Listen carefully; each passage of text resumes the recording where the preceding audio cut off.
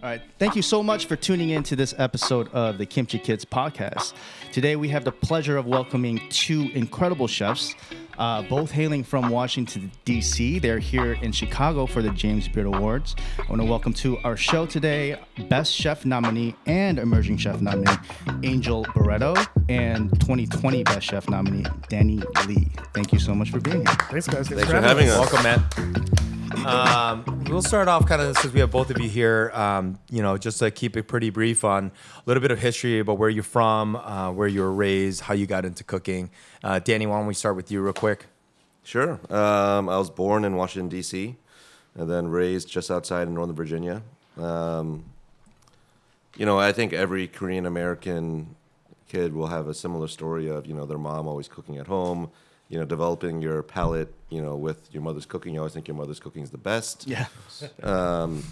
But in my case specifically, my mom Was the best. So she always had she had a little deli when we were growing up with one of her best friends. Still a very close friend of our families.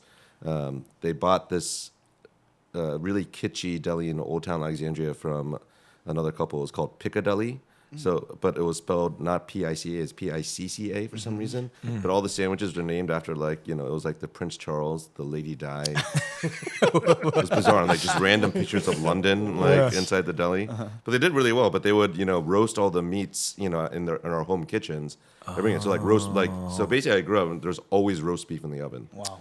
Then they would wrap it, take it to the store, and then deli slice it. That sounds terrible that you had to That's very ambitious to be making roast beef at in your home. Yeah, turkey. From a Korean mom who's Yeah. not. Yeah, Wow. so they actually were really successful. It's like a Monday through Saturday lunch business. As my sister and I got older, my mom took a step back and let her friend, basically just take over, her shares. And then, but again, just growing up, my mom would always host dinner parties. So my sister and I would always sit around the kitchen table folding mandu. When I was in high school, my sister was in college at the time. My father passed away, so my mom had to find a way to support the family. So she was friends, or through her alumni network at her graduate school, there was a Chinese restaurateur in the area named Charlie Chang, and he won a bid to open up in National Airport, which was opening up in 1997, but he didn't want to run it. So basically, he asked my mom if she wanted to franchise it. Oh, wow. So she ran a business called Charlie Chang's Kwai, which is basically your airport style Chinese spot. But after the first couple years, she wasn't happy because she was forced to buy everything from their commissary kitchen. So everything was frozen. So she loves cooking fresh, right? Yeah. So everything was out of a bag. It was overpriced. So she, basically had a small legal battle with him to ask if, basically to work out an arrangement where she didn't have to purchase anything from the commissary. So she started cooking everything fresh. She had full direction on the menu. So she actually started putting, in the late 90s, she put bulgogi. That's bulgogi awesome. bowls. And the airport where you have the widest demographic possible, right? Yeah. People traveling. And this, again, even though it doesn't seem too long ago, you're talking about 1999, 2000. Yeah. People was didn't over know 2 what decades. bulgogi was. Right. That's crazy. Yeah. So they're like, what is this bulgogi? That's what they still call it at Perella. Oh, yeah. Oh, we get it all the time. And but that kind of got our wheels turning with my family and I, being like, oh, maybe we should open up a Korean restaurant because people seem to like it, in the city. Yeah. After I graduated college, I was working at a law firm just to make some money. I always knew I wanted to get into the restaurant industry, get back into the restaurant industry. So I took a job. I remember I was making a pretty good salary at the law firm, but then a friend of mine was working at a seafood restaurant called the Ocean Air, that kind of fine dining power spot. And he was like, hey, we got an opening here if you want to join. But he was like, it doesn't pay much. It was $7.50 an hour, no benefits. Nice. I was like the back office manager and event coordinator. So I got commission out the parties. I hustled. Yeah. But the chef there, Rob, who's, to this day I consider my mentor, he really took me under his wing. And, even on my off days, I would go and I worked in the kitchen, I would prep, and he really taught me the fundamentals of running a restaurant and from the kitchen side. Cool. And how it's like a business. And I learned a lot of basic traditional cooking skills there. And I, moved up pretty fast there. My mom's lease was up. They wanted her to stay at the airport, but they wanted her to turn into a Panda Express. Oh, wow. So that was a time where my family and I were like, you know what, I think we have enough resources now to maybe open up our family dream. Oh, cool. So we found a space in the Adams Morgan neighborhood of D.C. It was a Himalayan restaurant that my mom's former manager knew the family. We made them an offer. And initially I was just supposed to consult because I was going to stay working at the Ocean Air. I remember my sister pulled me aside and she was like, you got to fucking quit. And I was like, what are you talking about? I'm going to be corporate Ocean Air. And she was like, fuck Ocean Air. You got to... go to mom, you got to help mom. And I was like, okay. So it started off, so we opened up Mandu in November 2006. And the original concept was, it was DC's first full service Korean restaurant. Oh, wow. Which is crazy when you think about that. That is right? crazy. Yeah. In 2006. Yeah. So there were like little like cafes and markets that had like bibimbap, but they also had, cheese chicken steak. teriyaki. Yeah, but also like chicken. like fish fry and other things. Yeah. Or there was a Korean barbecue restaurant called Yihwa, but they also had a sushi bar and anything like that. Yeah. Back then, no one thought that Korean food in a city could stand on its own feet. Right? Everyone thought that Korean food had to be associated with something else to draw people in, and then be like, oh, here's some kimchi. And that's crazy when you think about it. Like it wasn't that long ago. Yeah. So. There's a huge magnifying glass when we opened, since we would be the first, and we fell on our faces. It was terrible. I was cocky. I was like a young kid of 25, and I was like, oh, I just ran this like $12 million a year restaurant, like blah blah. Yeah. We didn't know how to work together properly, my mom and I, right? And it showed. And we were really hesitant with the menu. We played it really safe. My mom thought like tteokbokki, Korean rice cakes for those of you who don't know. She thought that Americans, or basically white people, would choke and die on rice cakes. Oh my god! Because they're not used to that chewy texture. Yeah, so they don't know how to chew she's like, we things. can't put tteokbokki on the menu because people will die. And I was like, you got to be kidding me. That's so funny. So as we kind of progressed, I started spending more time in the kitchen. My mom and I's relationship initially was pretty terrible when we first opened because we were just at each other's throats. Yeah. Right. But I remember we had this like one massive fight where it was actually great looking back on it because we're like, let's just work together in the kitchen. So, I promoted a bunch of people to run the front of the house. And then her and I basically started working together in the kitchen. And that's when things really turned around. And then we opened up a second Mandu in 2011. And then in around 2016, I was getting the itch to do something different. Outside of my family. So I partnered with one of my best friends, Scott Druno, who was the chef and corporate chef also for Wolfgang Puck. They opened up a restaurant called The Source in Washington, D.C., which is kind of fine dining Chinese cuisine. Oh, what? Yeah. Interesting. And he and I had always, respected each other's work ethic, respected each other's food. So I got him, I kept on taking him out for drinks, and I was like, let's do something. I love it. So we decided to do Chaiko, stands for Chinese Korean. Yeah. It's more like a modern version of like the Chinese corner takeaway, where we wanted to refine it and have a little bit more fun with it. I mean, obviously the main difference was having half the menu be Korean. Right? Yeah. But it's almost like it's just like a really fun concept. Not really fast casual, not full service. It's kind of in between. Okay. But that opened in July of 2017. But that day we opened, that morning, the original Mandu caught on fire and burned down. Holy man. shit. So that was a crazy. I remember it was July 4th, and we're opening Chaiko July 5th. So July 4th, we went to like someone's party after Scott and I finished like prepping. And I remember taking NyQuil that night because I just wanted to sleep. Yeah. And then I woke up to my phone just like going crazy at 3 a.m. And I was like, I thought I was like hallucinating. And my friend who like had just got off work lived across the street, and he was like, dude, your restaurant's on fire. Oh my god. And I was like, so he just kept on calling. And I was like, oh my God. So we got in the car. We couldn't even get within 2 blocks because of all the fire trucks. Holy crap. And like literally just the restaurant was destroyed. And then so I had to stay there from 3 to 7, called my general manager, come out at 7. And I was like, hey, I got to go home and shower and open up a new restaurant today. Holy shit. So during that time, I literally have like a cutting board in front of me. I have my phone on speaker. I'm talking to the insurance company. They're like, what do you want to do? Yeah. Because the first question they ask is, do you want to just try to like, can we recover some damages and you just want to check and just leave? Or do you want to try to rebuild? Oh, wow. And I remember looking at Scott at the time and I was like, so at the second Mandu, we had done this series of events called Anju. which was a rotating late night series featuring like some of my best friends, some from around the country actually, where we would do like late night, just like whimsical takes on Korean Anju style food. Oh, Yeah. that's awesome. So it started at 11 p.m., go until 2 a.m., or 3 a.m., and it turned into this like crazy thing where people started lining up at 9 o'clock. And Wow. yeah, we bought this like, gigantic panda outfit, so we had a cart go around the back and feed people on the line. There's a guy with a giant panda head walking Yeah. around. Yeah. I love that. And so I always had the back of my mind to open up a concept called Anju, and I looked at Scott and I was like, maybe this is an opportunity for us to change Mandu into Anju. And then Angel was a sous chef at the Source under Scott, but I'd always known Angel for his love of Korean cuisine. And Scott's like, well, if we wanted to do this, we should talk to Angel. So literally that day, I told the insurance company, I was like, all right, we're gonna keep the space, but we're gonna rebrand. And it took us 2 years, and then Anju opened. That's awesome. Wow. That is an So incredible story. you were part of the initial part of the idea of Anju. Angel was already in mind into 2017. Literally, that when Mandu burned down, Yeah. it was July 5th, 2017. We already had in our minds that we were going to talk to Angel to do. So I was working on the Source, and Danny came and was like, "Hey, we have this idea. We really want you to be the chef of it." And I was like, "Okay, cool. What is it?"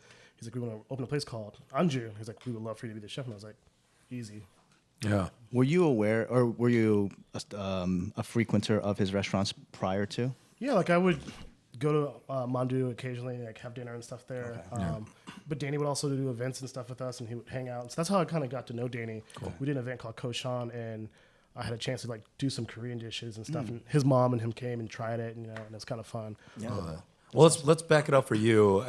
Where were you born, raised? How'd you end up in the kitchen? So I was born in upstate New York, Watertown, so like an hour from Canada. Oh wow. So like okay. almost as far upstate as you can kind of go. Okay. Both my parents were military. They met in Germany. So I grew up as a military child. I lived in Texas, Seattle, Florida, a little bit of everywhere. My mom and dad were both stationed in Korea, so they kind of fell in love with the food. So I grew up eating Korean food. Okay. And obviously living on a military base, there's a big Korean presence. Yeah. And, so I always loved the taste and things of Korean food. I didn't think I wanted to cook, but I just love cooking because my mom loved cooking. My grandmother loved cooking, so it was like something kind of embedded in my family. My mom grew up on a farm, so she learned pickling and growing. I love that. So it's something kind of I feel like in our DNA, but I never realized it. Right. But my dad was working at the White House, so he worked from the Clinton administration to the Obama administration. Oh jeez. So he was the military liaison directly to the White House. So anytime the president would travel or do anything, my father's team would do all the logistics of how do you get Air Force One and all the teams to Tanzania or anywhere. So it was really cool. So like I grew up around politics. I always loved history. So I thought I wanted to be like a lobbyist or a professor or something. Oh God. Yeah, I know. And That's a DC thing for sure. That's It not was. what kids in Chicago are like. yeah. So I was like Aspiring I was going to university, and I was like, oh, maybe I want to do this. And I started working in a lobbying firm, and I just started realizing, like, man, these are some really fucked up people. Oh wow. Like Interesting. my boss was a drug addict. It was just like it was like the most debaucherous place you can kind of think of working. What was his name? I'm not saying What were the drugs? cocaine was the drug of course. Like it was crazy. I remember we had a company Turn party. anyone into a lobbyist. We had a company party one time, and they spent like $10,000 on Ace of Spades champagne. Wow. I thought you were going to say cocaine. It was probably more than that. Too. Probably Yeah. more than that. On that That's stuff. like 5 bottles, though. Yeah, exactly. Not much. But it's just like stupid. Like they just spend stupid money. But I just didn't enjoy it. Yeah. I thought I would enjoy it because I wanted to see the other side. And I remember waking up and I was just like, I don't want to do this. So I How old are you here at this time? I'm like in my early 20s. Early 20s? Yeah. Okay. So I called one of my best friends who was at Johnson & Wales University, and I was like, man, I think I want to go to culinary school. And he's like, just fucking do it, man. Yeah. And I was like, and so I did it. So I remember I sat down with my parents at dinner, and I was like, I'm dropping out of school. I'm going to culinary school. My parents were like, what the fuck is wrong with you? Yeah. It's like, we didn't work so hard for you to like drop out of school and like become a chef. And my dad's like, what do you want a job at? He's like, I can get you a job here. I can get you a job there. He's like, I'm connected. He's like, you didn't like working there? He's like, you want a job at the White House? He's like, get you a job at the White House. And I was like, no, I don't want that. You know? I was like, I really want to cook. I love cooking. I've always had a passion for it. So I went to a French culinary school with the idea of like, I just wanted a sound basis in cooking and kind of springboard from it. I knew I didn't want to cook like French food, but I thought it was like a good start. So I went to l'Académie de Cuisine, which at the time was like one of the top 3 culinary schools in the nation. Learned French food. When I left there, I went to a small American restaurant called Vermilion. So I learned modern American. So I had this idea in my head. I want to work at a small restaurant, a large restaurant, and maybe a hotel. Yeah. To figure out what type of restaurant I want to work at. So I worked there. When I was getting ready to leave, I was trying to figure out the next place I wanted to go to. So I went to like the Little Inn in Washington. I went to the Source. And the Source at the time was like a massive restaurant. Scott Druneau, Danny's partner and my friend now, he was running it. He was like winning every award. He was doing Chinese food, Thai food, a little bit of like everything. Yeah. So like I was like, oh, this is super cool. It's like they had a giant dim sum station. They had 2 walks. They were doing Peking duck, and I was like, this is cool. I think I'm gonna work here. So I staged there, and Scott had me cook for him. And I remember this because he's like, all right, it's like Top Chef. He's like, choose your protein, cook whatever you want to cook. I think I made like a salad with like grilled fish and like a nak chum vinaigrette. And I gave it to him. I was like, how is it? And he's like, it's good. He's like, but nobody wins fucking awards for salads. I was like, God damn. Scott's an intimidating dude, by the way. Like Andy, like he's like six. What is he, like 6'5"? Yeah. Like, Yeah, he's a tall guy. he's a big guy. He's a big guy, but he is a teddy bear. Yes. You know? Yeah. He's like Ben Roethlisberger. Very warm, but I can imagine like a guy that's commanding the kitchen, like just with his stature and everything. Yeah. Yeah. So I took the job and I started working there. So I basically worked myself up from line cook to sous chef to executive sous chef. And through the course of the time, I had space to kind of do whatever I wanted to do. Yeah. So I started doing kimchi. I had a 10-course Korean tasting menu downstairs I was doing. Oh, very cool. And then towards the end of my tenure, I just wanted to leave. It was just like, I didn't want to work for Wolfgang Puck anymore.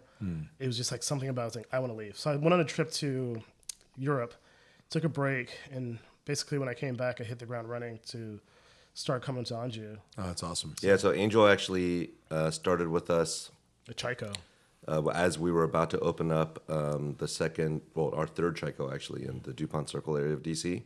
So he opened that location up as we were getting ready to do Anju, which was crazy because that Chico DuPont was insanely busy from the start.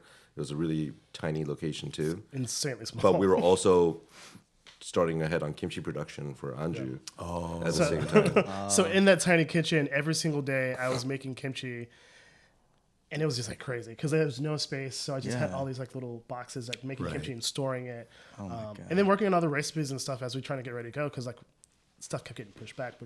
Yeah. So we didn't know what was going on. At the same time, Chico DuPont was like insanely busy. Yeah. You know. How much kimchi is that? When you're trying to start up a big store, So I'm just trying to picture that. I remember when we just had the 2 mandus, we would make 500 pounds a week. Oh my god. Yeah. And we're pretty much doing that now at Anju. Yeah. Right. Yeah. So that's 10 cases of napa cabbage. So just to give No, it we were doing perspective. we were doing more when we first opened. Yeah. Because the kimchi we first started making at Chico DuPont, we saved that and that turned into our 100-day kimchi. And so we were going to use that as something special. Awesome. And then we started doing like fresh production, and then we were doing 12 cases twice a week. Oh my God. And it was crazy because I had a sous chef, but the sous chef had left because he had emergency things. Yeah. So it was basically I was making all the kimchi by myself for the first month. So can you just walk us through like the process of kimchi making that you guys do? Yeah, so ours is probably it's different from mandu, I would say. So we basically make the paste. So we get Asian pear, salted shrimp, garlic, ginger, and we make the paste out of it, and then we ferment it for 3 days. That's the difference with ours. And But you ferment the paste first. Interesting. Yeah. Oh. And then we also Well, depending on who you talk to, my mom or I, that's all understood. because when we were talking about kimchi at first, right? I was like, I'm very insistent on as we brine the napa overnight, we should kickstart the radish paste too by fermenting that at room temperature at the same time. So that way you're getting like a head start on the fermentation process, right? So by the time you paste that onto the napa, You're not waiting for that to catch up. Exactly, right? And then so he was like, yeah, that makes sense, Yeah. right? So that was our plan. And then he went into Mandu one day to work with my mom on kimchi, just to like take some notes. And he was like, oh yeah, so we're gonna do this. And she was like, what are you doing? What are you talking about? Oh my Yeah. god, it was like the biggest thing Sacrilegious in for the her. world. Yeah. So she's- she calls me, and she's like, why did you tell Angel that we do it this way? I was like, because that's what you taught me. and she's like, he doesn't know what he's talking about. And I was he's like, crazy. I'm yeah. like, what? And then he's like getting put in the middle between my mom and I. It's like, this Yeah. happens a lot. Yeah. But I was like, Mom, who else would have taught me how to make kimchi? Right. Like, you're my only mom. Like, I didn't learn this from anyone else. She's like, we never do that. We never do that. And then the rest of the kitchen was like, we've always done this. Yeah. Yeah. So then, did she come to the conclusion that No. No, She it's said, still drastically different. Like the way we do it. So I basically took her recipe and like an idea from like his wife's family, and I kind of combined the two of them because I wanted like a connection to between love both that. families. So we kind of have our own recipes, but it's still kind of like the core value of like mandu. So I wanted everything to kind of carry over. Okay. So then you ferment the paste at the same time as the cabbage. But we're brining at Anju. The other step that Angel modified was to brine the napa for longer. Oh, interesting. Yeah. because Texture or I think it yields a better taste and also texture to it too for us. And we were also just going through so much Napa when we first opened. It was like insane. I couldn't believe it. It was like, but also we had kimchi on everything. It was on, Yeah, it was really stupid. It was like we had kimchi on everything on the menu. No, so like Yeah. the mandu, we do a pork and kimchi mandu, so already kimchi in the mandu. Yeah. But then we would serve it with like a little pile of diced kimchi and like next to it. we were charring it. And We putting it on did the a plate. kimchi jun, so already kimchi Yeah. for the pancake, and then we would do this like delicately like charred like piece of like the inner piece of the cabbage, so like look really pretty on the plate. I love that. Kimchi fried rice, Right. and then just kimchi that went out gratis to every table. kimchi Yeah. jjigae. Like it was just crazy. Yeah, it was too much. And then what Angel mentioned, we started off with 100-day kimchi. We put it on the menu, and like every food writer talked about it, like, oh my god, like. And I it's told so them, I was like, crazy. we can't have this on the menu. We're gonna run out. Yeah, we ran out And he's too. like, we can't. It's already been published. And I'm like, Yeah, so we ran out in 2 weeks. because we don't really. Our restaurant's very tiny, so we don't have like a ton of storage space. So like, what we make is like, yeah. Yeah. it's enough. So I gotta ask. So you guys don't charge for your kimchi at the Okay, restaurants? so this goes back to Chico. So I think that's what Andy was trying to allude to. Is like there's so much work yeah, that Yeah. people don't understand about making kimchi. and I think it's panchan. Banchan And banchan in it's- general. Yeah. So at Mandu, we did, even though we'd had like 8 to 10 separate types of panchan. Oh, God. We would provide. I think we used to do 6, right, Okay. like gratis, and then if someone wanted to try something, we just give it. But then I was just getting so tired seeing all this food waste come back. 'Cause a lot of people Right. they're like they didn't understand it at first, and so then I remember talking to Scott when we were coming up with the Chico menu. We're like, oh, it's a version of a section of the menu is just called snacks, and that's basically like our Chinese and Korean panchan. Okay. And he was like, how do we price this? I was like, we should charge a la carte for it. You Yeah. know? So that's what we yeah. started doing there. Initially, we were expecting some like pushback initially, but honestly, we've No one never got cares. it Yeah. there. Yeah. So when we opened up Anju, People care here. I tell you that. oh no, but Anju and Mandu people care. So at Anju, when we opened, we made the decision where kimchi we should provide gratis because that's such like an important part of eating Korean food. And we're like, you know what, let's just have kimchi go out to every table. Not per person, but basically they get like one portion of kimchi, per every 4 people or something like Interesting. that. But then we charge for the rest of the panchan. I remember, some of our first, you'd have some Korean Americans come in and be like, oh, they're not a real Korean restaurant because they're charging for panchan. Yeah. I'm just Yeah. because we're charging you for panchan, Yeah. you're gonna say we're not a real Korean restaurant, We say that's fine. We're Korean American. Yeah. But it's I've been on several other interviews and discussions and podcasts talking about panchan and Me too. every but I every get Korean, pretty heated about it. yeah, so- every Korean chef says the same thing. They're like, number one, it's food waste, right? Food waste is a huge issue in the world. Right. And what you have is, especially, there's certain groups of Koreans, like especially business groups that come in, Yeah. where like some of the younger, associates or whatever want to impress the bosses, so they take care of the ordering. And they're just like manic the entire time. You see them just like, viewing the table. And if they, if there's like one panchan that's like halfway eaten, they're like, more panchan, more panchan. Yeah. You can't dare to like have something like go empty on the table. But they're almost done with the meal, right? So I'm like, no, it's just gonna be wasteful. Like Sam, for instance, too, Right. right? They're like, Yes. more some, more You some, more guys some. know that. Yeah, It's but like the then when biggest you, way. yeah, Oh, but like if you go to a Korean barbecue restaurant, like typically when you see like a group leave, you just see the table just full of lettuce, scallions, Samjang. everything. Yeah, and Curlies. it's such a waste. It It's is. gross to see. So that we kind of have changed our mindset with that of offering smaller portions of something like sam, right? But then also charging for panchan. Yeah. And also as a business, like it's a product that you are spending money Absolutely. on the product and labor, a lot of labor on, a lot of time and care and love. Yeah. You should charge for it. And then people are like, oh, you should just build it into the price. And I was like, people always say that, build it into the price. Yeah. Put it in the price. But then it's right? too expensive, right? Yeah. They're like, oh, you're going to charge me $25 for a bibimbap? Yeah. It's like, we told me to build it into the price. Or you get the vegetarian who's not going to order all Yeah, the meat. exactly. And it's Yeah. like, great, just hook me up with more of these. Yeah. But it's also the importance of like educating the populace of like. I agree. food. Like people pay for antipasta and they have no problem with it. So I always feel like it's a respect thing. Yeah. Because they don't know how long it takes to do stuff. Yeah. Right. How long ferments. Like we were doing don't chew me when we first opened, but we were doing it with like 5 different types of radishes. Oh, wow. And then we were fermenting it for like a month. Wow. We were doing damuji and we had chija and we were rubbing it with it and like doing it like the proper way. But people got too used to it, I think, like now, especially at Anju, because they realize like we're a newer restaurant and we're trying to change things and change the narrative. Right. And we find now that people do really respect it. A lot of times people come in, they'll order all the panchan. That's awesome. Yeah. Because they really want to share it and try things. Yeah, you guys, I'm sure. I don't know how many of you guys, or either of you guys, looked at the menus, but we definitely have gone through so many different stages at Perilla on, how we're treating panchan, and it started off with just like everything coming out to the table, and we were just like scraping so much food into the, even rice, down to the point where we're just like throwing bowls and bowls and bowls of rice away. So. Yeah. Like, listen, if you want us to throw it in the trash for you, at least we're going to ask that you pay for it. We also think that, the idea of panchan just being, and Korean food in general, just being undervalued so much, it's, I would never expect anything free at like some, Italian or French restaurant. And I don't see why anything should be expected of that, of some Asian cuisine. But It's cultural ignorance. Yeah. That's what it is. Right. People don't want to do the work and learn about other food. They want to come to your restaurant with preconceived notions. Like, well, I've had Korean barbecue before here, and then it's all you can eat. So this is all yours. Yeah, but also these idiots, right, who like make that comment like, oh, I went to this like, Korean barbecue restaurant. We had like, 12 panchan. I was like, 5 of those are bibimbap namun. Yeah. Right? It's not panchan. It's like a way to cheat. Yeah, right?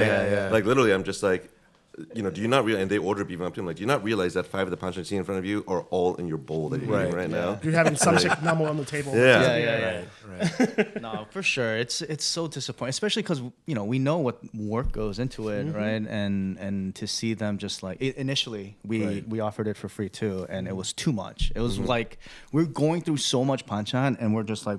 It's crazy. We're losing money here. Like, why are we doing this? And then, we realize it's foolish of us to kind of assume that we have to follow these guidelines of what other people expect Korean to be, right? And I'm actually I think we're the first restaurant in Chicago, Korean restaurant in Chicago to actually charge for panchan. awesome. Probably. Good. Yeah. Yeah, and like. We hope we're not the last. Yeah, that's for no, sure. 100%. Like, There's no reason why we shouldn't be allowed to charge for something that It's we're one of those things buying, like you have to right? control the narrative. Yeah. When you Yeah, made that exactly. change, you were like people like going on like Yelp and being like, oh Yeah, we get Yes. it all the time. I love my favorites like and I'm gonna try and be careful not to get too far into this because Chuck's already laughing over here. But but like I love the review that comes. It's like, listen, I've been to like 6 Korean barbecue restaurants. Like this isn't a real Korean restaurant. Like That's my favorite too. I love you I worked in Korea for a year. Yes. And it's like all of a sudden you're the authority Yeah. on I lived my in- culture and cuisine. And I it's lived like in Seoul for a year. yeah. It's I'm just like from it's LA. real. I Yeah. like that one a lot. Yeah, the LA one. Yeah. I like the irony too of like the fact that these things are aged for so long. It's like what's the property taxes that you're paying on 500 pounds of fucking Yeah. kimchi Yeah. in downtown This is Chicago true. and all these sort of places. It's like, Yeah, it actually storage ain't takes free more either. time than any of these other things. Yeah. Ultimately, at the end of the day, I think Angel just like, hit it on the head. The idea here is like we have an opportunity to educate the public on something that I think we're extremely proud of.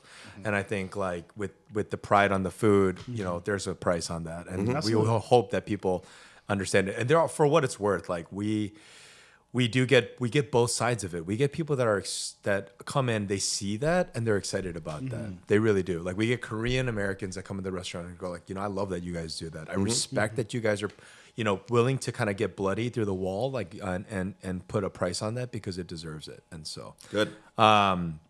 you guys are. This is not your first time in Chicago, correct? I had family, still have family here. So, my family would come to Chicago fairly, often. My wife actually grew up here. Oh, cool. She was born in Korea, but her family moved to Chicago. West Rogers, is that? Rogers yeah. Park. Rogers I live in Park? Rogers Park. Oh, really? Yeah. So she lived here from when she was like 5 till high school. Oh, interesting. His like wife ninth and grade. my sous chef actually went to the same high school. What But you're high different. school was that? I forget. Yeah, I don't know. Here in Chicago? No. She went to high school in Lynchburg, but her I think the high school she would have gone We to. would have gone to. That's what it was. Yeah. Yeah, There's a town called Lynchburg. Lynchburg, Virginia. That's where Liberty University. It's in Southern Virginia, so Yeah. It's terrible.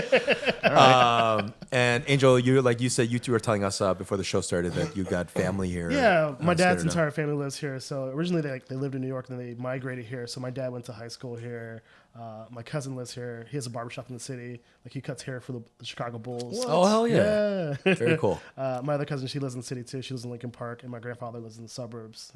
So do you frequent here a little bit? I used to come to Chicago a lot, but the past couple of years, obviously, I've been Busy. in DC and stuck Yeah. in Anju. So Yeah, killing it in DC. You guys landed here for the award ceremony. What day? Friday? Oh, I separately. got here I came Saturday. Yeah, I got here a day after. Sorry, it's a little foggy still. What was like for both of you? What was like the one thing obviously outside of the ceremony? What was like one thing you guys were looking forward to? Whether it's a plate of food or like something to see or something to do. What was it that you guys were most Mine's excited? easy, I can say it. Portillo's. Oh yeah. Yes. Yeah, Achevel. I went. Okay. Yeah, I wanted a burger and I wanted some fucking Portillo's because we don't have that in where I live. So Yeah. I always love it. Not White Castle, but I want a Portillo's. What do you get in Portillo's? A beef? Yeah. Man, Portillo. Hold on. He That's knows, not a he simple knows. question, man. How do you get the I beef? assume he has hot yeah. peppers. He I dips guess it, but pepper- he's not an animal. Whoa, I get it. there are sweet pepper people out He there. said he's from Chicago. I get it. I get it dipped. You have to have it. Okay, dipped, so you yeah. get it. You get it mine- wet. I get it Double wet. dipped. Oh, I don't get it double dipped. Yeah, though. I I get it dipped. double Okay. dipped. But there's a difference between wet and dipped. Yeah. So there's dipped, and then there's like they like Dunked. they soak it in Saturated. there. Yeah. yeah, it's dipped and dunked. Yeah. So hot peppers, and then you get it wet. And Yeah. then, Then I'll get a shake too. oh, you get the shake. Because you Okay. can't get that. And then I love there's the also cheese places fries. called Hillary's I get barbecue from. Okay. It's really, really good. I Yeah. gotta try that out. What shake did you get? The The chocolate shake. cake shake. The man. chocolate cake Chocolate shake. shake. Again, you guys are giving him no credit. It's like, oh, how do you like your steak? It's like, I know man. it's medium rare. Oh, an aristocrat. That's good. And Danny, what was there anything you were looking forward to when you landed here in Chicago? Honestly, being such like a whirlwind. He hit the ground running. Yeah, tequila. What was the best bar? Karaoke was pretty fun that first night. Yeah. Where'd you guys go karaoke? Number 18. Number 18. He rented out. I've never heard of it. 18. He rented out 3 rooms. Well, actually, what was fun, actually, I can say is I was really looking forward to, so Irene Leaf of May May in Boston, who just won a leadership award for this year's James Beard Awards. She's an amazing person, a very vocal leader. She organized an AAPI kind of celebration and reception Sunday afternoon at Jung. Very cool. First time Days ever Restaurant. has ever happened. Which is really cool because usually for these weekends or these award ceremonies Rand gets in town, for the past forever, has been very white based, right? Yeah, and absolutely. And there's not many spaces or events that are kind of carved out for like our community and to celebrate each other, right? And it was really, really impressive what she put together at Jung. So I was really looking forward to going to that, and then it turned out to be awesome. That's you cool. know, like Martin Yang showed up. Yes. Super cool. Yeah, we were talking about him. Yeah. I grew up just like glued Every to single person says that. You're talking about Martin man. Yang. It's like, Yang can't cook. Like, Yeah. can you? Very cool. Yeah, I think we were at the televised ceremony last year that was held at, I want to say it's not Grant Park, it's like Millennium Park, I think is where it was. And you can see that the James Beard Foundation is really making a step forward to try and be a little bit more, acknowledging that I think, their own shortcomings on in the past. And it is great to see that. We were kind of talking about it before you guys got here, that you can see that they're making a really valiant effort to try and be more inclusive. Every organization, because you have to. Right. There's just too much shit that's going on. Yeah. George Floyd protests, all the violence against Asian Americans. Right. Like, if you're not cognizant of what's going on in your employees and people around you, you're not doing your due diligence. Yeah. Like, No, and it for what it's worth, it's taken too long to get to this point. It's, like the backbone of this restaurant industry has been like minorities, and for it to have taken this long, it's but better late than never. Yeah. Did you guys kind of outside of the events that you went to, was that pretty like evident in the ceremony itself yesterday? yeah, it was way more diverse than I thought it would be. Yeah, to it tell the looked truth. like it on the list. Some of the parties were like not as diverse, I would say, but at the ceremony, At the ceremony itself, yeah. It's I very mean, and diverse. just looking at the crowd, yeah, You're right. I you know, imagine. definitely, way more diverse than I think it's ever been. The speakers on stage, the nominees, it was definitely the whole process was everything. Who hosted it? Was it Kwame? Yeah. or- Kwame hosted again. Oh yeah. Very cool. Was there anyone you guys were like kind of geeked out or super excited to see Martin Yan. besides Martin Yan? Martin Yan's so cool. Right. Not really for me. We've been around for We're lucky, I bit, think, because we get a lot of people at our restaurant. We see, and Oh, it's like okay. really cool. Yeah. we have a lot of Random celebrities and people coming. Yeah, I guess DC is definitely a major. Yeah. also we're just we have cooked with a lot of Yeah. Yeah. with all these chefs before, so we have Yeah. a good relationship with a lot of people. But that were it's at cool the just to event. go and like root for your friends and people, Yeah, Yeah. absolutely. So like I know Mashama, and Mashama came in recently to our restaurant, so we got to know her pretty good, and it's like to see her win is such a huge. That was step, awesome. Yeah. What'd you guys do yesterday morning, by the way?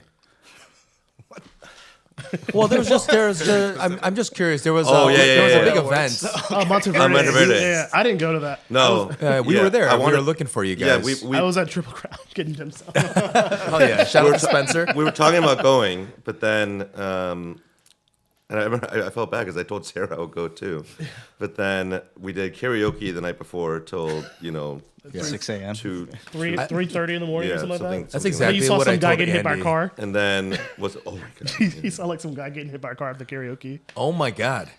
it was a bizarre night afterwards. But then that next morning, I thought I woke up at 9 after getting home at 3:30, and I was like, how am I fine? Yeah. I was like, I felt good. Danny ordered this thing. It's called like the Butterfly Tower.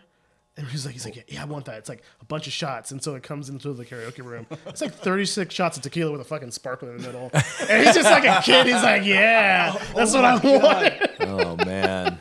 So So that's how our night went bad real quick. So we rented out 3 rooms, and it was a total of probably 50 people at one point. Wow. But I woke up the next morning feeling fine. Yeah. So then I was like, you know what? I talked to my wife, and she's like, oh, you should go here, here, here. So I wanted to at least experience the city. So I walked down to Millennium Park and Grand Park. Went to the Bean. Nice. Got coffee. Then I just walked up to Magnificent Mile and did some shopping. Cool. And for me, it was nice. It's nice sometimes when you get away from where you live, just to have some time alone where you can just kind of explore a city. The And just, touristy shit is always. I love know it. people it's nice. talk, And for me, it's kind of talk down on it's it, like but- mind clearing Like for me you. too. Yeah. I was good. like me. I've been to. I've seen the Bean. I've been to the Field Museum. I'm not going to Navy Pier. Yeah. I pretty much advertise. I don't know.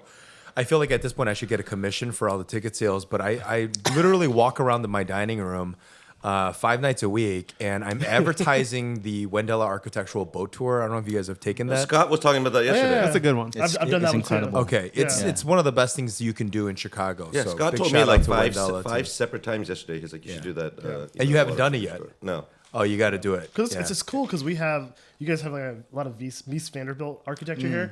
So in DC we have a library that he actually built. So it's like one of the few. Yeah. ones Yeah, out. the Mies van der Rohe, the last one he did is the Langham, so it's right by your hotel. You can actually see it across the river, and that's the last building he did in Chicago. But there's just beautiful architecture already in the city of Chicago, throughout the entire city. But I think when you do the boat tour, it gives you a different perspective when you're you're looking up from the river. It's almost like as if they intended it that way. Like when you're on the ride, you're like seeing it. You're like, oh wow, it is interesting how they kind of like everything was designed that way. So pretty cool stuff. I have a question about when you first opened Anju together, right? So having a non-Korean chef, how was that received by your audience? It's still received the same way, I think. Which is? Skeptical. Well, it depends on, Yeah. what audience you're talking about. It's always Right. interesting because There's like- I was like the one who went to go H Mart and set up all the accounts and stuff. So I was telling the story to Danny. I went to H Mart and I'm like, hey, yeah, I'm trying to set up an account. And they're like, for what? And I was like, I need like 100 pounds of this, 100 pounds of this. And the guy's like, well, we don't have it.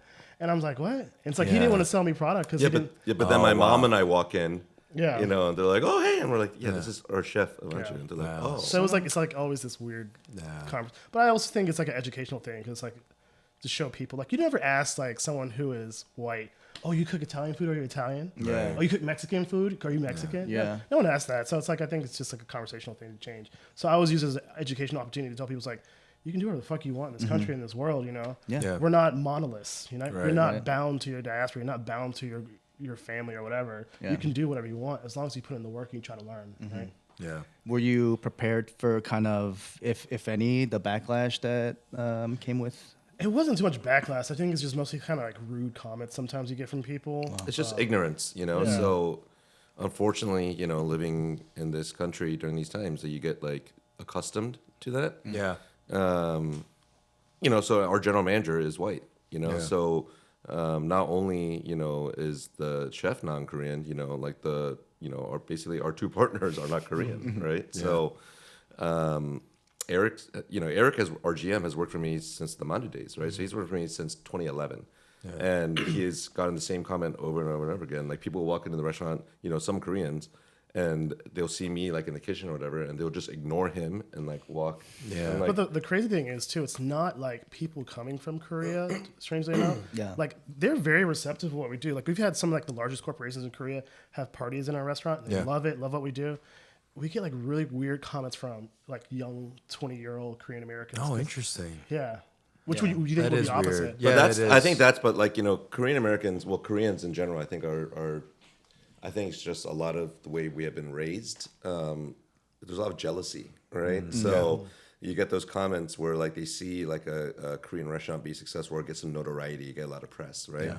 And automatically you get a target on your back from some, that's not true. all, but some No, Korean some, Americans, right? yeah. They'll come in and be like, oh yeah, like I don't get it, like I don't get why you guys. You don't make your accolades. gomentang how my mom makes her gomentang. Yeah, Yeah. or in K-Town, New York, or K-Town, LA, Yeah. they make it this way. Yeah. Or my grandmother made it this way, right? Like Eric Kim, who just released Korean American, Right, yeah. He's Shout out to Eric Kim. great guy, right? So when he was on his book tour, he stopped through D.C. So my wife and I got invited to go, so we went, and he had this one segment of his talk, which was really resonated with me because a lot of what he said resonated because he wrote the cookbook basically with his mother, right? So Yeah. he went down to Atlanta, Right, and I remember the whole production team came down there, and he literally wrote the book, with his mom, and she was getting recipes, and he's just like jotting it down with her. Yeah. And it's a really beautiful story, and like some of the battles they had really resonated with me and my mom and I's story,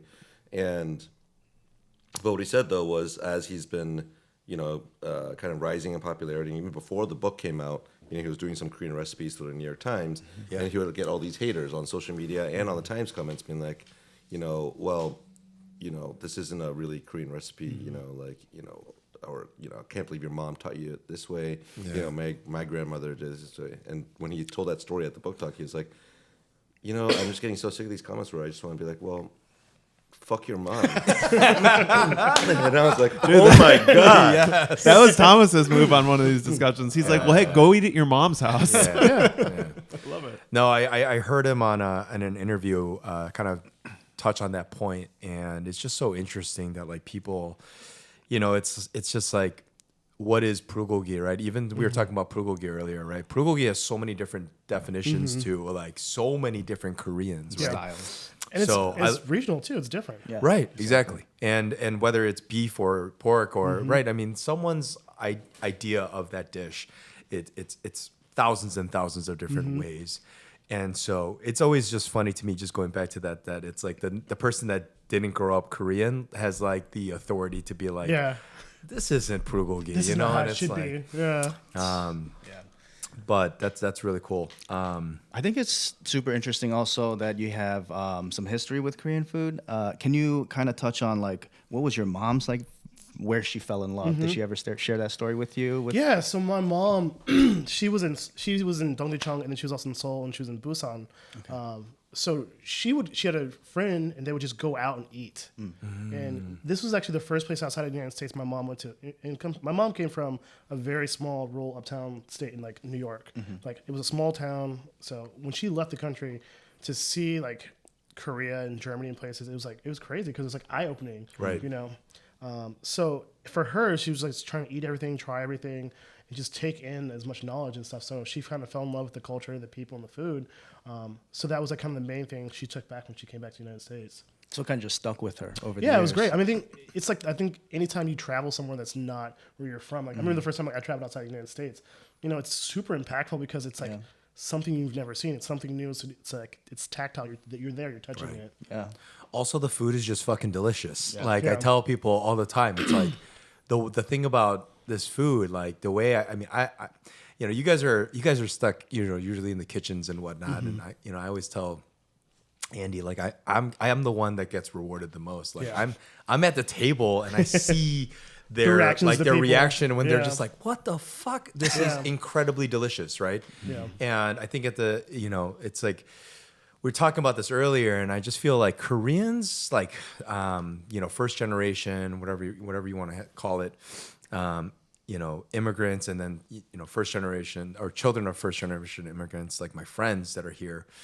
I think a lot of us are just kind of in this, that H Mart experience that you had. It's like I think Koreans are just not used to our food being so popular amongst other people. Yeah. Like when we get business people from Korea come into the restaurant, they're like looking around our dining room and going like, why are there so many white people eating this food? Like, and they're just like, look at them, they're eating kimchi. Like that's crazy. Like, and I think we're just trying to get used to the idea of, not us specifically. I think we like everyone here at this table understands this food is incredibly delicious. And it's a no-brainer why it's becoming so popular. But for I think like my mom, she's probably like, this is kind of crazy, like that like that this is becoming a thing, for them because it's just something that's always been for them. And the older you go, it's like that was survival, right? Like this is food preservation because we needed to do this. This was a soup that we made because we didn't have a lot of money making that soup. This is like I'm still learning about the history of our food, and every day, and it's like just like telling Andy about the difference between 곰탕 and sulongtang, right? Like bone broth versus beef broth, and like the it's whole just process, right. And like there's always like this interesting story that goes always back into the food. And that's the thing I love. I think for me personally, I love about Korean food. It's like there's this such rich history about food and how it got to this place. You think about soy sauce and how long traditionally in Korea it took to make soy sauce because you're pressing meju blocks. And that's like there's houses in Korea where they have 3,000 meju blocks outside, and they're from 1 year, 5 year, 10 years. And meju blocks are, please explain. Pressed soybeans. Yeah. That eventually can be turned also into doenjang. Yep. Yeah. I love that. So soybean paste. and that's cool because like still in Korea there's regional masters who make doenjang and kimchi. Yeah. And that's super awesome. Have you guys gone to Korea together or separately? We Separately. Yeah, so we the same year went, but I think we were separated by like a month. Yeah. Okay. Yeah. Where did you go and what did you want to see when you were there? Both of you. Well, you were on part of a tour. So I was sponsored by the Department of Tourism in Korea because I won a competition. Oh, nice. So they had like this whole routine and thing, and I had to do. So I went in October, so it was like during the Hansik Festival. So like I did a bunch of stuff with that, and then Hell yeah. I have a bunch of friends who are in Korea too. They're teachers, and so they just took me around like Itaewon and just got really drunk. Awesome. What was the thing you took away from your trip? I just had a bunch of ideas. Like at the time, we had a Google Doc, and like we just kept adding and adding and adding and love adding that. dishes to it. And it was like 300 dishes. It was like Yeah. just so crazy. Yeah, I remember that Google Doc. There was one day where I was like, we need to write the Anju menu, right? We just need to focus. And so there's one day I couldn't being sleep. drunk. There's one day where I couldn't sleep. So I remember, I think I emailed Angel at like 5 a.m. I was like, here's the menu. Yeah. You know, and there's so many different ideas you have, but like if you don't, kind of put it out on paper and like at least give some direction, there's no end, right? So Absolutely. we're like, all right, let's just focus on these dishes. Let's work on them, and then we can like cross things out and maybe. And that was the process. And it was just at that point, it's like I had an idea how we wanted to do chicken. I went to this Yeah. like Chimac place, and like I just started writing recipes and tweaking things. There was like recipes from his mom I would just modify and then just create brand new recipes. I think when we opened, I wrote like 55 recipes. Oh shit. Yeah. Very cool. All the panchans and everything. It was just crazy. Yeah. Do you have a favorite Korean dish, both of you? I know it's a hard That one question. shot. That's 매운탕. Yeah, Okay. Okay. yeah. Samgyetang. Samgyetang. Okay. Yeah. Oh, you got to try one in Chicago before you leave. Oh yeah. So samgyetang for our listeners is a basically chicken soup. It's cooked with. Oh, you want to explain it? It's basically like the best chicken soup you can have. Yes. It's jujubes, garlic, pine nuts with glutinous rice inside. It's Yeah. super unctuous. Ginseng. Ginseng. Yeah. Yeah. There's a place called Shial in off of Lawrence Avenue. It was like so far removed from the Koreatown back in the day. Yeah. But it's still there today, and it's SSYAL. For anyone in Chicago and you're listening and you're feeling under the weather, like go there and get this soup.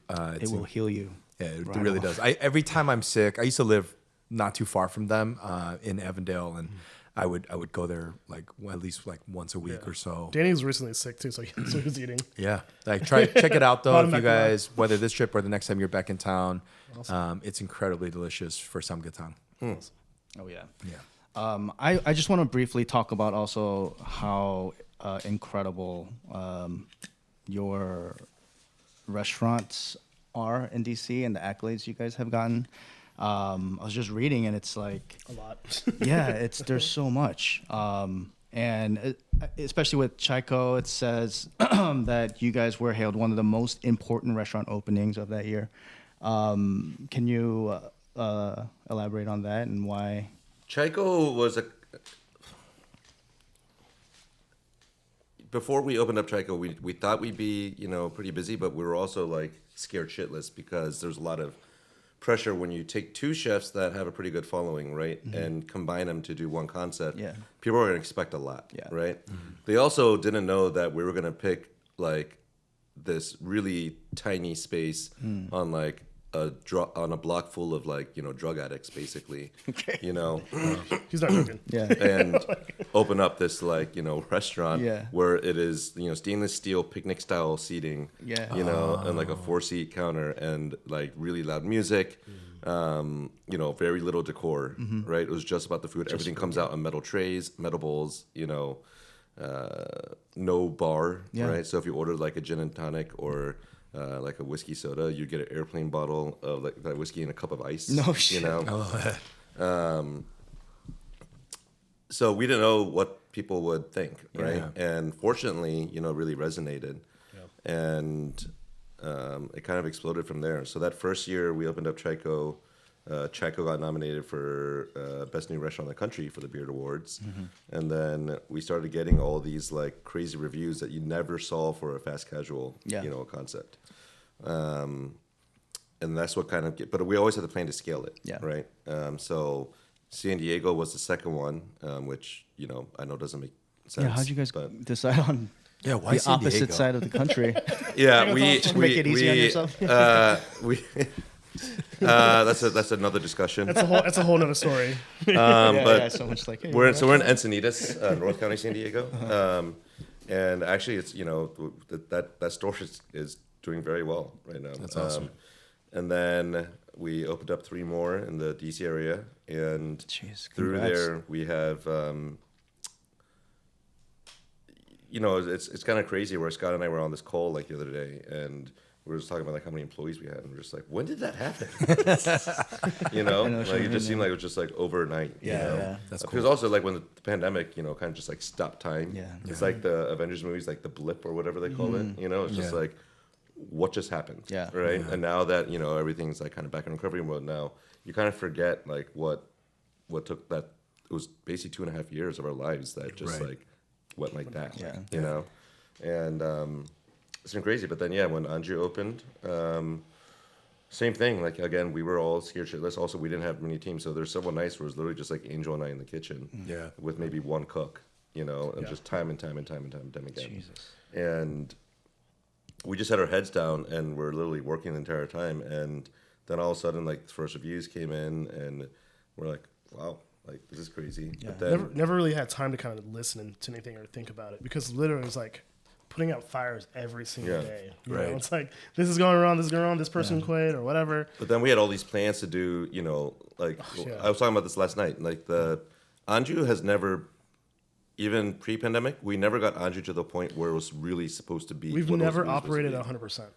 Because we had all these different plans. We had all these like different menu plans. Yeah. But then with Anju specifically, even pre-pandemic, we got there's a Washington magazine every year. They're like high-selling issues, the 100 best restaurants in the whole like they call it the DMV area, so it's D.C., Maryland, Virginia, and usually like the top 5 are like really fine dining casing menu restaurants. Oh, interesting. So we got number 1. Oh, hell yeah. And First Korean restaurant ever. that day. Ever. We open at 5, so starting at 4 o'clock, there's just like a line. We're just like, oh my god. So we just got crushed from then on out. Wow. And we couldn't put into place some of like the more intricate, menu items or process. Like for instance, we built these 2 round tops upstairs that each sit 6 people. And there's a Lazy Susan that's removable on top in the center. So when you remove the Lazy Susan, there's actually induction burners built into the table. Oh, cool. So we were going to do a jungle tasting unit, right? So for from the jungle, it's like Korean like hot pot. Yeah. So we had all this programming. We bought all these special things. We bought like these special Recipes were rice done. cookers. We did a photo shoot. Everything's ready to go for it. And then we got number 1. We're like, we can't. It was just can't do insane. It was the amount of volume we were going through. It was just crazy. And then pandemic, right? Yeah.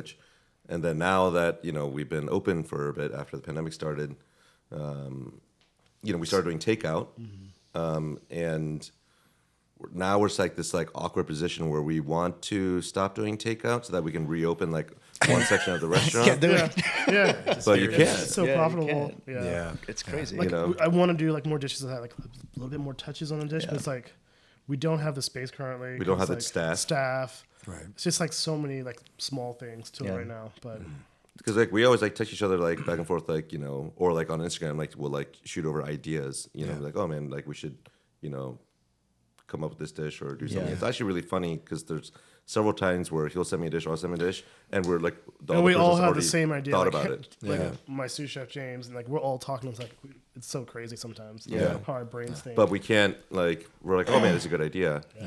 We can't do it.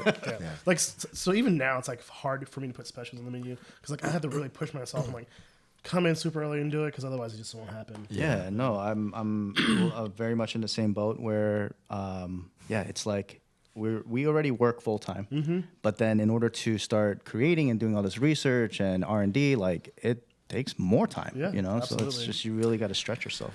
That half roasted bird you guys had at our restaurant Sunday night, like that is the first time Andy's finally been able to change the fire chicken because we've been doing this takeout version of what we opened up the restaurant with, and like that is version 1.0, which I'm sure will maybe get touched up here and there, but. That's like a big step for us. That was like a first time we went Put a fucking chicken on to put a chicken on the menu because we've been I mean you can kind of say like handcuffed to like offering this item that we've been doing because it's on our takeout menu. It's been really popular to keep on, but everyone likes puldak, right? Like, everyone likes puldak. Spicy chicken. Yeah. So. But I love it. I feel like it finally gets to showcase a little bit more. That's awesome. Touches, technique. I loved the genip in that. Oh, awesome. In the salad? Yeah. Thank you. Really, That's really funny. good. I always He hates getting it. Really? So my mom, I put more on. my mom's always like, "How did you name a restaurant after an ingredient you absolutely hate?" Like, Really? That's so funny. I don't like genyip. Yeah, I feel like it's like I argue with Andy. I feel like it's cilantro. It's like people Too- like too strong for there's you. like there's Yeah. like a body of people that are just like Yeah. I don't like that flavor. He says more people hate Genny than like Genny. No, So Perilla. More people like or hate Perilla than like Perilla. we can throw so much of it. People love it. Art. No, and Yeah. I'm saying no. It's just you, man. Yeah. Yeah. Everyone loves You're Perilla. you're an anomaly. I want to learn more about the DC area from you guys. So you guys are immersed in that. Like you grew up there. You've been there for a long time now. For someone that's not from Washington D.C., what is like? How do you Describe describe it? What's like the landscape of it? Like where should someone go? DC's tiny, right? Okay. So when you talk about DC, okay, here's the thing also. Traffic too. No, if someone, say you're, here in Chicago, you're going to have someone be like, oh, where are you from? They're going to be like, oh, DC. Most likely they're not from DC. not from They DC. live in Virginia or Maryland. Most people are not from Oh, DC interesting. proper. There's like a very small percentage of people who actually are born and raised Yeah. inside the city. There's a lot of people who work in the city, but then, like they again, DC, the DC and Maryland suburbs, It's easier so to always close. tell people I'm from DC because Yeah. like if I say, oh, I'm from Lorton, Virginia, and they're like, that's where I live. They're like, who the fuck is that? Yeah. Yeah, I would think that's like the boonies. If you Yeah, said that. see? Yeah. Yeah. Right. Or if you just said Virginia, you'd be like boonies. Yeah. Right. Yeah. Like actually, when I was a kid coming to Chicago to meet my cousins, they're like, "Oh, this is our cousin from the country, Virginia." It's like he doesn't speak Saturi. Yeah. That's what they basically treated me like that. And I was just like, "What?" Dude, I used to live in Alabama for a little bit, and Kentucky, and Missouri. Wow. And Wow. yeah, they would say that about me too. Yeah. It's like this fucking country boy coming Sagor, to yeah. visit Chicago. I'm like, I'm from here, man. Yeah. Like, Yeah. But so DC itself is, it's a small diamond split up into 4 quadrants, northeast, northwest, southeast, southwest. And what you see usually of DC is just one of the quadrants, northwest. Oh, interesting. Right? And that's what I'm saying. Like it's a very unique city because, there's a lot of history in DC, which a lot of, as DC's got more developed and gentrified, right? There's certain pieces that you kind of feel kind of the soul getting kind of sucked out of a way, right? Yeah. Like, DC used to be called Chocolate City because there was like a large population of African Americans that lived there. Yeah. Now it's like slowly, like everywhere else, like New Orleans, Houston, like everywhere, it's being super gentrified, super interesting. expensive. I mean, it's like $1.2 million for a 1-bedroom apartment downtown. DC is expensive. Yeah. Wow. But DC is beautiful. So just It is. the layout of the city is great. The National Mall is stunning, right? And DC has a rule where no building can be over 13 stories. It can't be taller than the Washington Monument. Yeah, no, the Capitol, the Capitol Capitol, Dome, that's what it is, yeah. the dome of the Capitol. So the idea was, no matter where you're on the city, should be able to see the Capitol, dome of the Capitol. Interesting. So, which creates a really good skyline everywhere because there's no huge skyscrapers, Yeah. right? The max is 13 stories, Yeah. right? Wow, that's true. So, there's like a small downtown area, and then, obviously all the government offices near the National Mall. But besides that, DC is very much just like, quaint neighborhoods, right? With just like row houses, local restaurants. And again, like when we opened up Mandu in 2006, it was very much like a steak and potatoes town. And I think that's part of the reason we found a lot of success is because we're part of that first wave of restaurants that were really It's a like new independent. flavor. I would say up until like 6 years ago, it Yeah. was just mostly steakhouses and power lunches. I just think, as an outsider that I haven't spent time in DC, I think of it like a gray city, like Suits. I think of like fine dining restaurants. I think of because and I understand why you would think that. It's really not. DC has a lot of culture. DC has a great art scene, and just in general, like walking around, like what's shown on TV, and what you see on like completely social different, media, like you see, government, you see lobbyists, you talk about Congress. Like when you're in DC and you live there, like no one really pays attention. It's beautiful. To that. I mean, it's actually it's one of the cleanest cities you probably can go to, and like Danny said, the landscaping and everything's done, the architecture. It's easy to get around. We have There's parks everywhere. we have a great metro system. Yeah. Hey, not a lot of cobblestone roads. I just think of cobblestone roads all No, over DC. no. it's Georgetown. There's Georgetown. like one area of Georgetown. Okay. Yeah, there's no cobblestone roads. Yeah.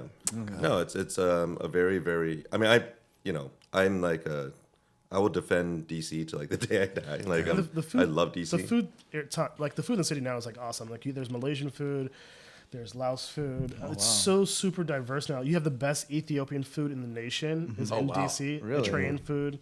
Yeah. I love that. Marcus Samuelson will tell you the same thing. Right. You know, it's like we have a really diverse food culture now in the city, and it's constantly expanding. There's not as many fine dining restaurants as there used to be before. Yeah. It's more ethnic food, and it's really reflecting how the city is turning into. I love that, man. Definitely got to put it on the list. If I was traveling there, where would I stay? What's the spot to visit? Like, where's the hotel you're going to be? I don't think Okay, I've never so- stayed in a hotel in the city, so. Well, I know, but like Yeah. if someone asked me in Chicago, I'd be like, hey, stay here. That way you're like close to.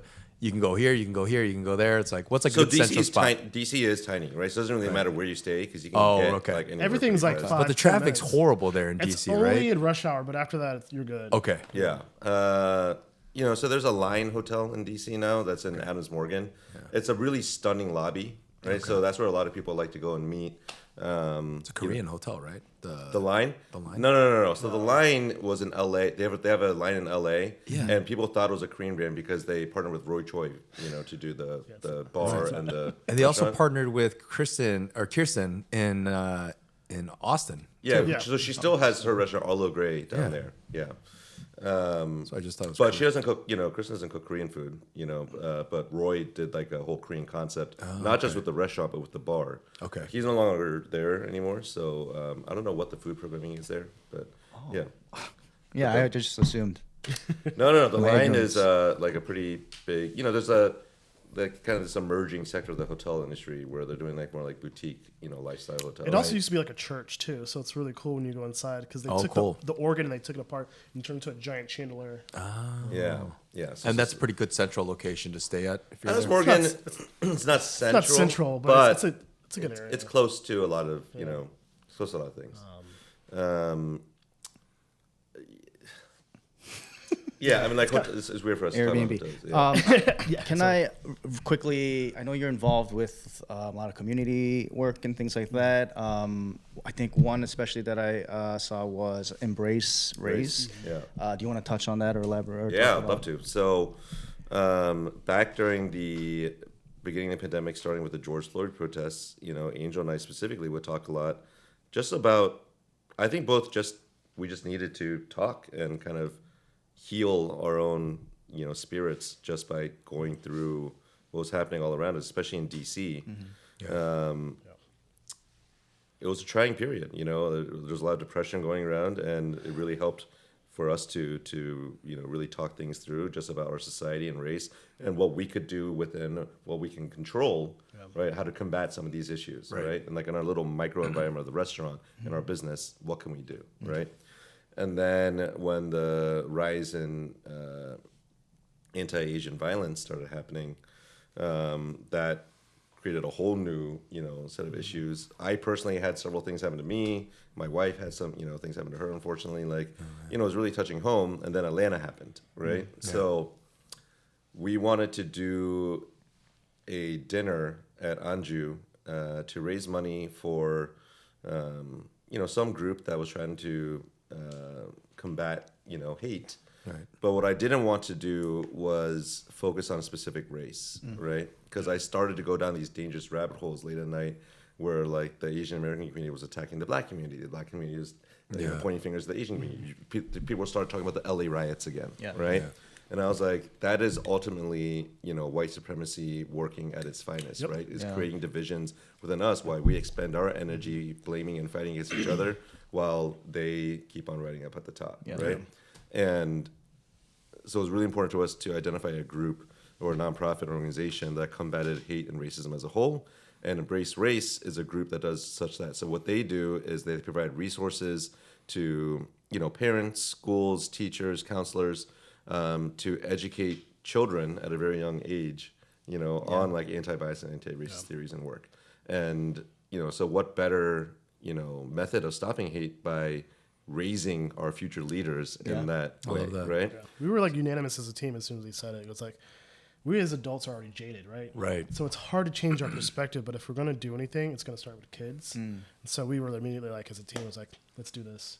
Yeah, and what we were also sick of was we weren't seeing any, even our own industry, right? We weren't seeing many of our leaders coming out. No one would say anything. Saying, Yeah, even in the George Floyd protest, everyone posted like the fucking black square, right? But like, what are you doing besides posting that, right? Like, what are you doing?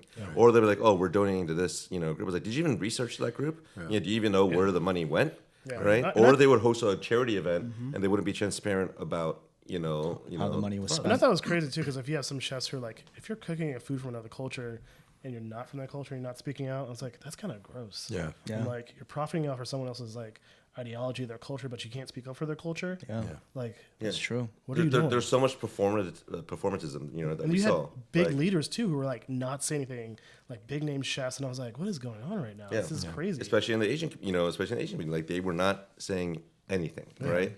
So for us, it was really important, to use our, whatever platforms we had individually or as a business to, restaurants recently have turned, and chefs, for some reason, we've turned into, community leaders, right? We just don't feed people anymore. That's not like good enough, right?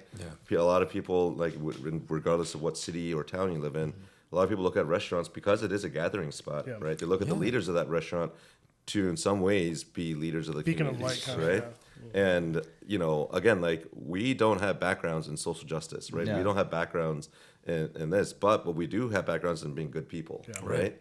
So again, that was the whole impetus of this. The first dinner we had, we tried to create a pretty diverse list of chefs, and the main charge I gave them was like, I don't want you to tailor your dishes to be Korean. I want you to showcase who you are and tell a story, to these guests that we have, right? And then that really picked up steam, and then there was a group in San Diego that wanted to kind of, piggyback off that idea. So I flew out there to kind of kickstart a 6-week dinner series they did out there that raised, I think they raised like $40K over that series for Embrace Race. Wow. And then ever since we did our first dinner, every event we've done or special project has always been for Embrace Race.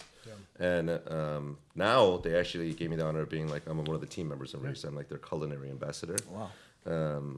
But again, it's more about keeping, the foot on the pedal of this conversation.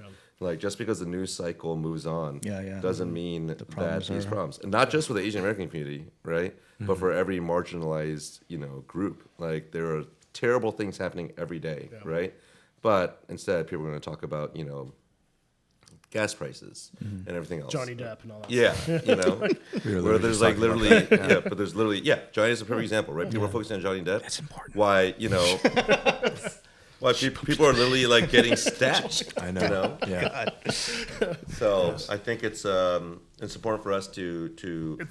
It's that idea of like, if you want change, you really do have to control the narrative. Like Danny said, you have to constantly put pressure. Yeah. People get tired, and they get tired of kind of vocalizing the same things over and over. You gotta think about, like, look at the civil rights movement. Look how long it actually took for stuff to get accomplished. It takes shit forever in this country. Yeah. We make 2 steps forward and 1 step back all the time. And again, like what the main thing that we didn't, again, we were disgusted by the amount of like performative actions that we're seeing and that were surrounding us, and we were forcing ourselves not to do that, right? And again, like, I mentioned like the black squares earlier. Like I had no problem if you posted a black square, but if you posted that without following up and doing anything, then that's being performative, right? You just want to project an image that you were woke, right? Or that you like supported black people, right? But what do you do in your actual life that actually does that, Nothing. right?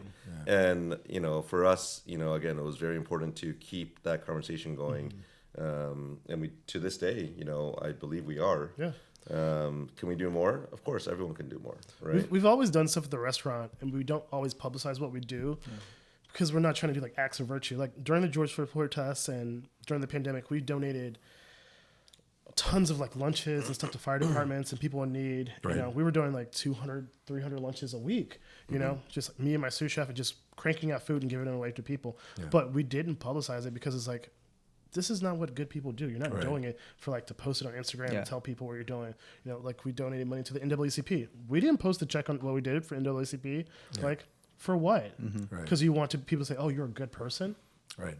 Yeah. But then when you see like someone like post like I saw like a bunch of like chefs independently like post like receipts of like these like $1,000 check. I'm like, yeah. oh whoa, what skeletons do you have in your closet? Yeah, there's someone who did that. And they're like, oh look at what I did. Yeah, I'm like, whoa, That's weird. You're good.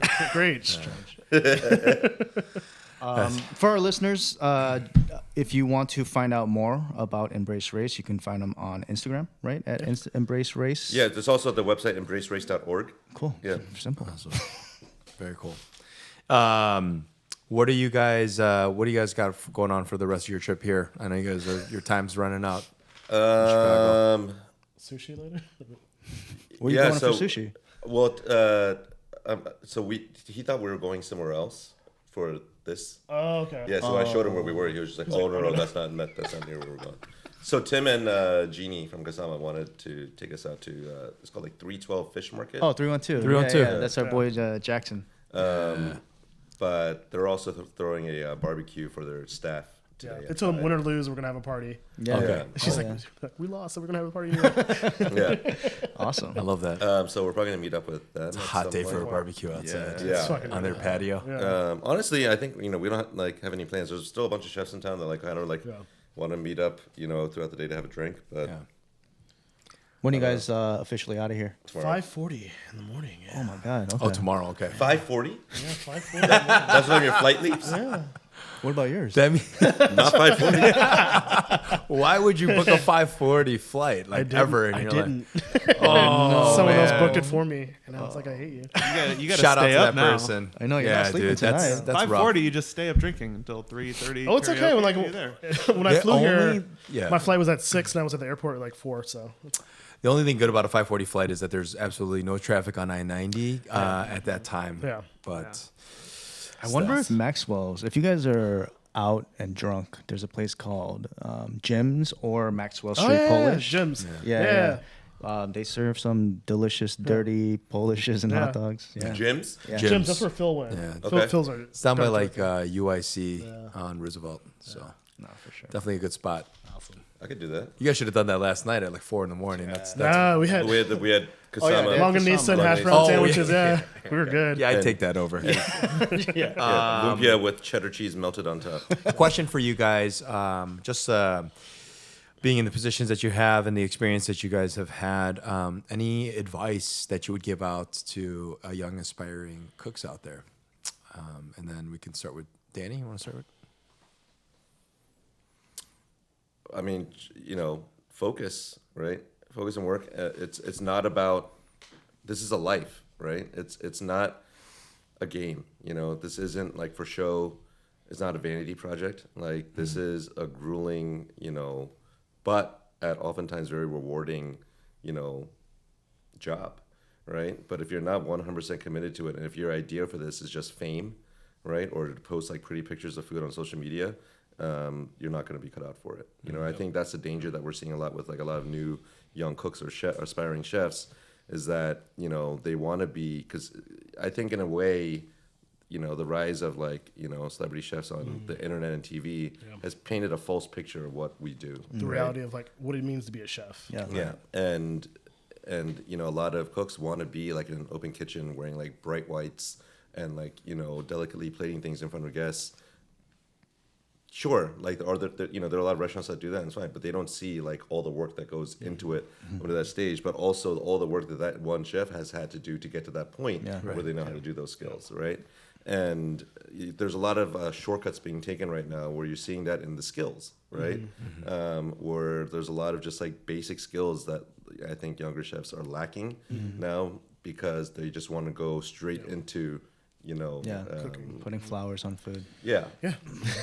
So I think for, that's the biggest piece of advice I would give is that, really check yourself and say, can I be committed to, doing this as a living? And if so, really talking to people who have experience and asking them for advice, number one, but also, first asking them for their pitfalls, right? And we are very open with everyone. Like, people will ask us about some of the mistakes we made. I'll be like, this, and this, And it's just being honest with yourself of, if you think you can do this. Yeah. Angel? I would say learn to take care of yourself because this industry is a marathon. We're constantly grueling, we're constantly doing things, and it's like you're always making personal successions in your life to follow your passion. So you need to learn to carve out time for yourself and take care of yourself. I know it's very hard for a lot of people because we're just in the restaurant 24/7, but you need to learn to have an identity outside of the restaurant, because that helps your mental health. Because when shit hits the fan, you need to have background systems and things so you can take care of yourself. And it's going to happen in every kitchen, in every place in your life. You need to make sure you're taking care of yourself. You're doing the due diligence, even when it's hard. Take that 5 minutes to get up early, go for a run, go for a walk. You need to really have these things, because if you don't, that's why so many chefs have a mental breakdown. They have burnouts. They turn into alcoholics. They become addicted to weed, different things. It's so important to know who you are as a person in this industry, because you can get very lost into it, because there's just so much going around, so much partying, so much debauchery sometimes. You really do need to know, what do you want out of this? Are you doing this for the work, or are you doing this to become famous? Awesome. Any shout outs from the two of you guys? Just like any friends in the business, any people in the city of DC you want to kind of plug in here? Or Chicago, whatever. What are you gonna say? What are you gonna say? Your buddy.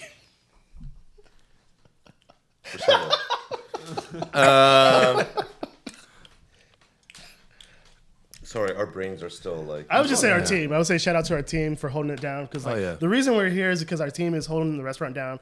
My sous chef James Park, he's working really hard. Our beverage director Phil. Yeah. Who you all We met Phil. Yeah, we met Phil. Yeah. Phil and Avery. Yeah. Villanova. Yeah. Villanova. Yeah, I always wanted him. Such a cool name. That's his name? Yeah. I always wanted him to open up a soup concept and so it was Supernova. Yeah. There you go. I love that. Yeah, his last name, right? It's Anova. Nova. Yeah. Oh, okay. I was like, what? Villanova. Yeah. I remember. No, I mean, again, we're very proud of our team, all of our teams, and especially our families as well. My wife unfortunately was not able to make this trip, which I was bummed about, because she wanted to show me where she grew up, and His wife also designed the restaurant. yeah, Oh, she's that's interior. very cool. She has her own interior design studio called Natalie Park Design Studio. Amazing. And she is very, very busy because she does such an incredible job. So Anju, the design, again, it was Mandu, my mom and I's first restaurant. We took over, this Himalayan restaurant. So we had this Chinese general contractor come in, and he there's no plans. He was just I want to put an archway here, and I'll do this. And my mom's like, okay.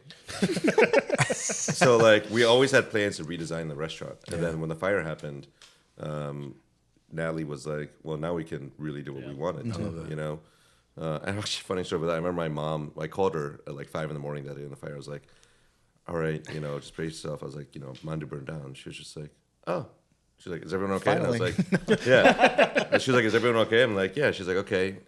She's like, yeah, there's an old Korean saying that if your business burns down, it means good luck. It's good luck, like, yeah. what the fuck kind of saying is that? There's no way that is a Korean Oh, She man. just made it to make you feel good. Yeah, but she was like, yeah, in Korea we say that if your business burns down, that's a sign of good fortune to come. I wonder. That's so funny. Well, But it ended up being true. yeah. Yeah, there you go. There you go. There Holy you go. shit. I need to talk I to think Won Koreans Kim. just have dealt with so much turmoil that they always try to look at the They have bright a side of proverb things. for everything. Yeah, but also I Googled this and I was like, that's not this.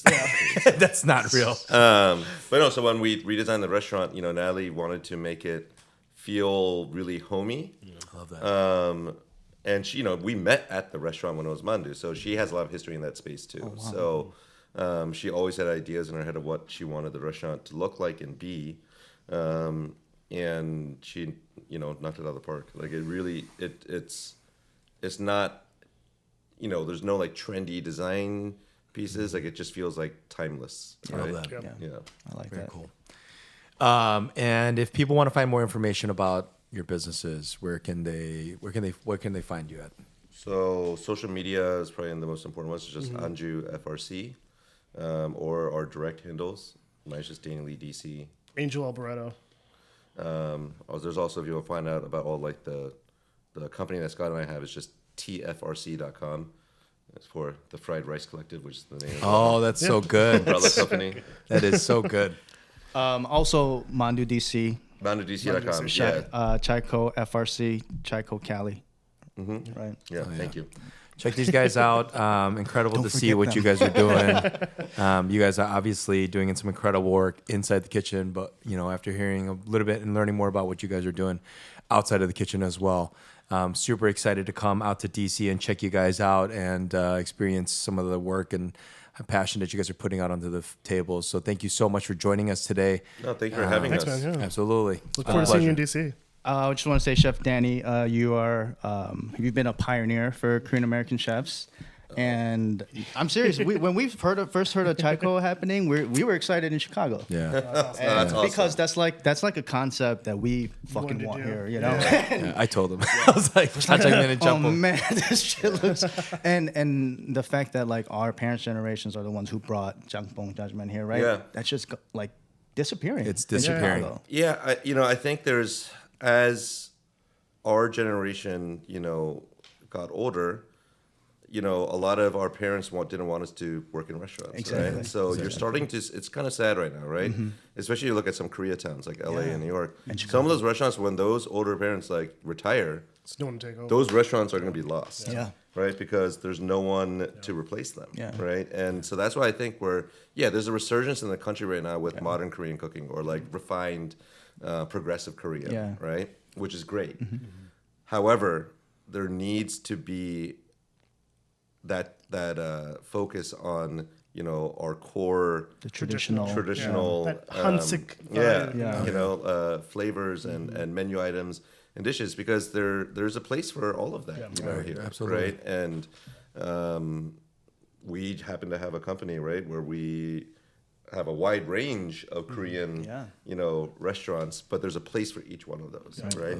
And one of our missions ever since the beginning was to try to inspire other chefs around the country to not be afraid to like go back sometimes and everyone's too focused on like, I want to make my own mark, I want to do this with Korean food. There's nothing wrong with trying to do the best version of kimchi jjigae, right?